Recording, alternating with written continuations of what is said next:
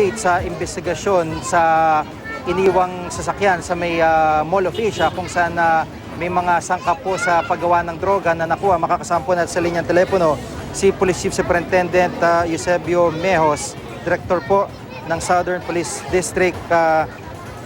Chief Superintendent Mejos, magandang hapon po sa inyo.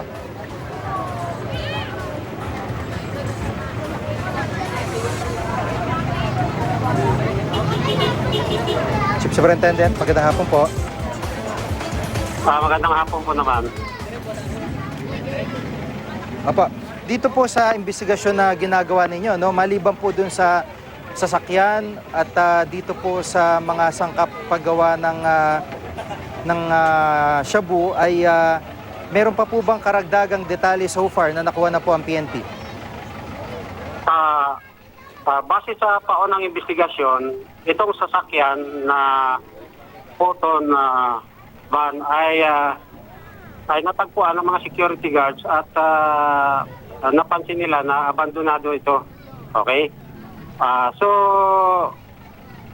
Ito ay pinaalam nila sa ating kapulisan. Okay? Ngayon, dahil nga sa abandonado, ang ating kapulisan ay naghanda ng SOCO team at saka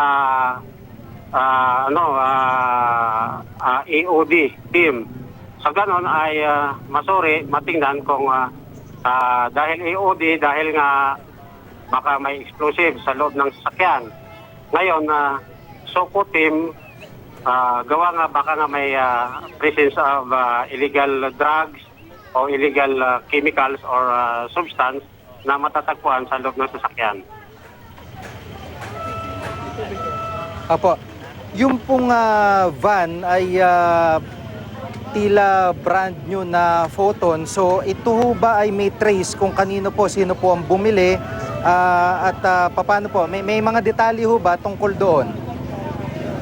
Actually, ito ay inaalam pa kung sino ang may-ari. Although meron silang na-recover kasi bagong-bago ito. Meron silang na-recover ang ating kapulisan na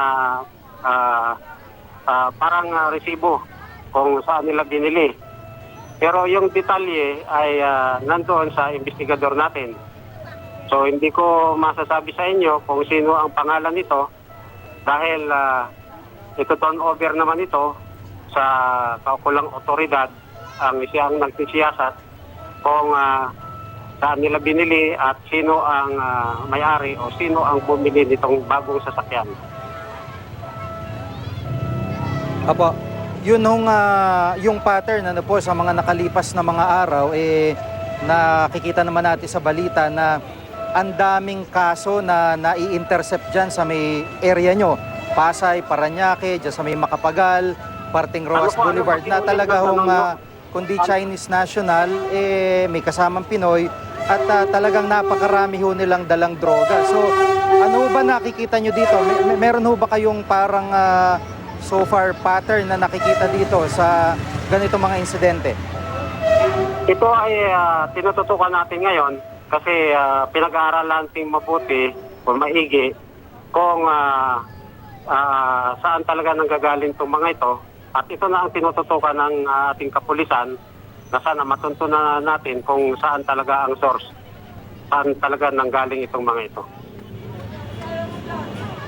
Opo. Yung investigasyon sa mga nahuli, halimbawa yung mga Chinese po, napapalalim pa ho ba yun maliban sa pagkuha ng kanilang pangalan o pagbablatter ho ng detalye na nahulihan silang droga, napapalalim pa po ba yung investigasyon doon para ho talagang kumbaga matukoy kung saan nagmumula po ito?